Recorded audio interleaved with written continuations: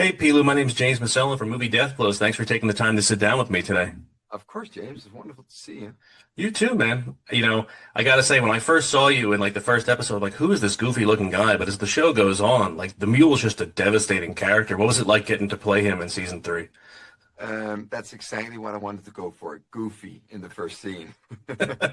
No, it was pretty awesome. It's such a good character. He's so much fun. He was so enjoyable to portray.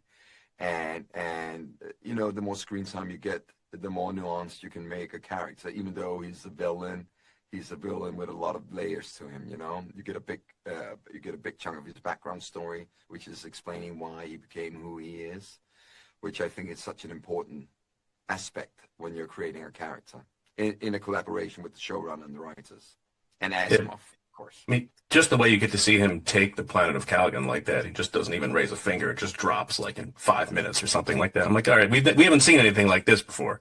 No, no, no, and it's fun. I love. That was actually one of my first days of shooting, and it was just so much fun. You're still trying to find the character, who he is and how he is, but I really enjoyed that scene.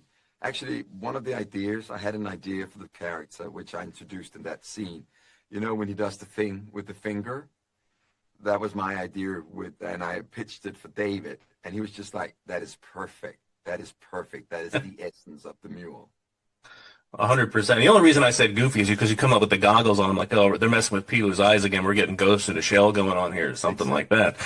that. Dude, I've done so many adaptations of books. That's my thing, apparently.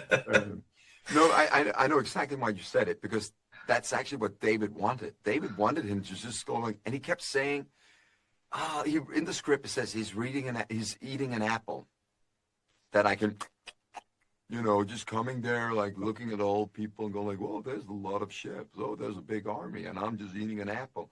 But I'm allergic to apples. So one of the biggest discussions we had on set was, what can you eat? And I ended up eating a small cucumber, and it didn't really have the same impact. Cucumber is one of the most random things, but yeah, 100%. Got to Yeah, agree with you there. so it's just because I'm allergic. So that's the reason why he's eating a cucumber. That's amazing. But you get characters all the time. Are they always bad guys that come across your desk? Has it been like that since Game of Thrones? You're like a villain again, or is like you're just like, yes, a new one I can portray? The thing is, I did villains before Game of Thrones. It's just the first time people got noticed. I got noticed doing villains. I did villains in Overlord.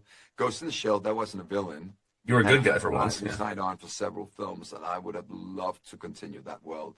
That was just the beginning with Ghost in the Shell. There were so many different stories to tell. Um, but I don't know. Maybe it's because people, if you do it well, you get more offers within that realm. But if you look at my Danish work, it's really very different from what I'm doing on international projects. So it's the Americans' fault for making you a bad guy is more or less what it is, I think. I think Americans sometimes make everyone bad guys except themselves, especially me. But I mean, we were talking about the mule's backstory a little bit before. Do you consider him to be a bad guy? Because like when you learn about him, and I won't say what goes on, but it's kind of like a tragic story how he becomes who he is, right? I totally agree. It is a tragic story, and it adds a lot of layers to him. It makes him much more dimensional. No one's born a villain. No one is born evil. It's something that society puts upon you by not giving you trust and love. And I think a lot of people can identify with that nowadays. And within our industry right now, we're so focusing on villains because they're more intriguing, they're more fun, and often they're better written characters than the protagonist. So I'm going to keep doing villains as long as Hollywood wants me to do villains. Of course, will I one day also hopefully do a hero? That would be great. Will it happen in my lifetime? Probably not. Now, you're very compelling, Pilo, but that's all the time I got for you today. I Uh, appreciate it, man. Can't wait to see how this season wraps up. I've only seen the first 9 episodes, haven't gotten to see the last one yet, but thank you, man. the last one will knock your socks off. It'll turn everything upside down, It's been a pleasure, man. Thank you. bro.